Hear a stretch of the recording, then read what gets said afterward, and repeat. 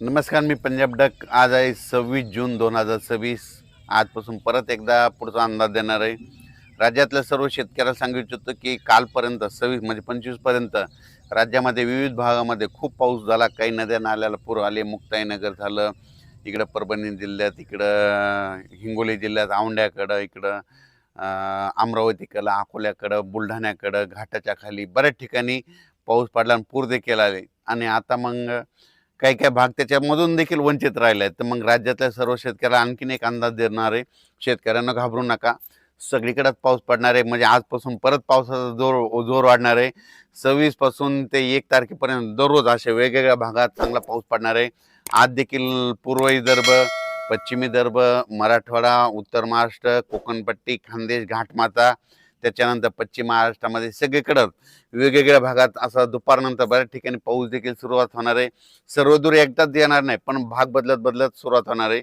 म्हणून हे अंदाज लक्षात यायचा. असाच पाऊस काय होणार आहे म्हणजे 26, 27, 30, 31, 30 तारखेपर्यंत चांगला वेगवेगळ्या भागात पडणार आहे. म्हणून हा अंदाज लक्षात यायचा. पण सर्वप्रथम आणखीन जुलैच्या पहिल्या आठवड्यात मात्र सगळ्यांसाठी एक सूचना. मुंबईकर, पुणे आणि उत्तर महाराष्ट्रातल्या शेतकऱ्याला सांगू इच्छितो की 2 जुलै ते 8 जुलैच्या दरम्यान मुंबईकडं मग काही ठिकाणी अतिवृष्टी होईल. म्हणजे इतका पाऊस पडेल की आतापर्यंत मुंबईला इतका पाऊस कधीच नाही, असा पाऊस येणार आहे. म्हणून मुंबई, पुणे, उत्तर महाराष्ट्रातल्या शेतकऱ्यांनी हा अंदाज लक्षात घ्यायचा. आणि आपल्या जे वडे नाले असतील त्याच्या बाजूला समजा एखादेच जनावरं बांधलेली असतात, त्याच्यामुळे ते 8 दिवसामुळे काळजी घ्यायची. कारण की मुंबईकडं खूप म्हणजे 2 जुलै ते 8 जुलैमध्ये वेस्टर्न महाराष्ट्रामध्ये, पश्चिम महाराष्ट्र असा तिकडं चांगला पाऊस पडणार आहे. म्हणून हे अंदाज लक्षात घ्यायचा. तर तो पाऊस तुम्हाला मुंबईकरांना सांगू इच्छितो की जुलैच्या पहिल्या आठवड्यात मुंबई, इगतपुरी, नाशिक, त्याच्यानंतर इकडं त्र्यंबकेश्वर हे पट्टा, त्याच्यानंतर संगमनेर, घाटमाता, हे अहिल्यानगर, हे असा पट्टा काय होणार उत्तर महाराष्ट्राचा. आणि महाराष्ट्राचा पश्चिम भाग म्हणजे जोराचा पडणार आहे. काही काही ठिकाणी अतिवृष्टी होईल, काही ठिकाणी अतिमुसळधार होईल, काही ठिकाणी रिमझिम पडेल. पण 2 जुलै ते 8 जुलैच्या दरम्यान महाराष्ट्राकडं काय होणार आहे, एक लो प्रेशरचं रूपांतर चक्रीवादळात होईल. आणि ते चक्रीवादळ सरळ महाराष्ट्राकडे येईल.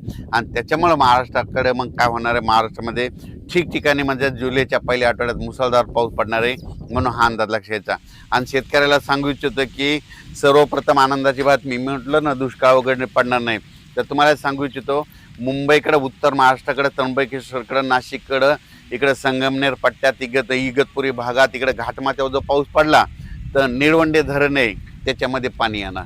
त्याच्यानंतर नंतर मुळा धरणात देखील थोडी आवक सुरुवात होणार. त्याच्यानंतर काय होणार आहे, इकडं गंगापूरचं धरण आहे, त्र्यंबकेश्वरला पाऊस पडला तर त्या गंगापूरला येत आहे. प्रवरा नदीवर जे धरणं आहेत त्याच्यामध्ये देखील आवक येणार. कारण की हे पाऊस हे 5-7 धरणासाठी. आणि त्याच्यानंतर तुम्हाला एक सांगू इच्छितो की नाशिककडे जे छोटे छोटे 2 TMC, 4 TMC, 5 TMC, 11 TMCचे, काही 15 TMC, 22 TMCचे जे छोटे छोटे धरणे आहेत, ह्या पावसात मात्र ते चांगले तुडुंब भरून जातील. म्हणून हा अंदाज लक्षात द्यायचा. कारण ते पाऊस येणारच आहे. कारण की जुलैच्या पहिल्या आठवड्यात पश्चिम मुंबईकडं, उत्तर महाराष्ट्राकडे चांगला पाऊस पडणार आहे. त्याच्यामुळे त्या धरणामध्ये आवक येणार आहे. आणि शेतकऱ्यासाठी ही सर्वप्रथम आनंदाची बातमी. तर जुलैच्या पहिल्या आठवड्यात, आता तर हे पाऊस पडणार ते 30 जूनपर्यंत, पण जुलैच्या पहिल्या आठवड्यात मुंबई, त्र्यंबकेश्वर, नाशिक, त्याच्यानंतर अहिल्यानगर, संभाजीनगर, संगमनेर पट्टा, घाटमाता, पुणे ह्या परिसरात मुसळधार पाऊस पडणार आहे. त्याच्यामुळं हे तिकडला प्रश्न मिटल. पण त्याच्यानंतर काय झालं, पश्चिम महाराष्ट्रामध्ये सोलापूर जिल्हा, सांगली जिल्हा, त्याच्यानंतर साताराच्या इकडला पूर्वेकडील भाग, बऱ्याच शेतकऱ्याचे फोन आले. कोल्हापूर, सांगली, आटपाडी, त्याच्यानंतर डाळिंबपट्टा, कासेगावमध्ये द्राक्षपट्टा, त्या भागात काय झालं, शेतकऱ्याचे फोन आले होते. पण काल कासेगावला सुद्धा पाऊस सुरू झाला, पंढरपूरला देखील पाऊस झाला. आणि सोलापूर जिल्ह्यातले सांगू इच्छितो की सोलापूरकडे देखील पाऊस येणार आहे. आता म्हणजे आज 26 ते 30च्या दरम्यान चांगला तुमच्याकडे जर पाऊस पडणार आहे. तुमच्याकडे दुष्काळ वगैरे पाऊस पडणार नाही. म्हणून सोलापूर जिल्हा, सांगली जिल्हा, त्या शेतकऱ्यांनी हे अंदाज लक्षात घ्यायचा. तुमच्याकडे देखील ह्यानं 4 ते 5 दिवसामध्ये खूप जोराचा पाऊस पडणार आहे. म्हणून हा अंदाज लक्षात घ्यायचा. एकदम सगळीकडे पडणार नाही, दररोज वेगवेगळा भाग घेणार आहे. म्हणून हा अंदाज सर्व शेतकऱ्यांनी लक्षात घ्यायचा. त्याच्यानंतर मराठवाड्याकडं बीड जिल्हा, लातूर जिल्हा, परभणी जिल्हा, जालना जिल्हा, संभाजीनगर, संभाजीनगर, नांदेड जिल्हा, हिंगोली जिल्हा आजपासून म्हणजे आज 26 ते 30च्या दरम्यान चांगला पाऊस पडणार आहे. पण जुलैच्या पहिल्या आठवड्यात देखील चांगला पाऊस पडणार आहे. म्हणून ह्या मराठवाड्यातल्या शेतकऱ्यांनी घाबरून जाऊ नये. ज्या भागात आणखीन थोडेफार गावं वंचित राहायचे असतील, आज देखील त्या भागात पाऊस पडणार, तुमच्या देखील पेरण्या होतील. म्हणून हे देखील सर्व शेतकऱ्यांना लक्षात.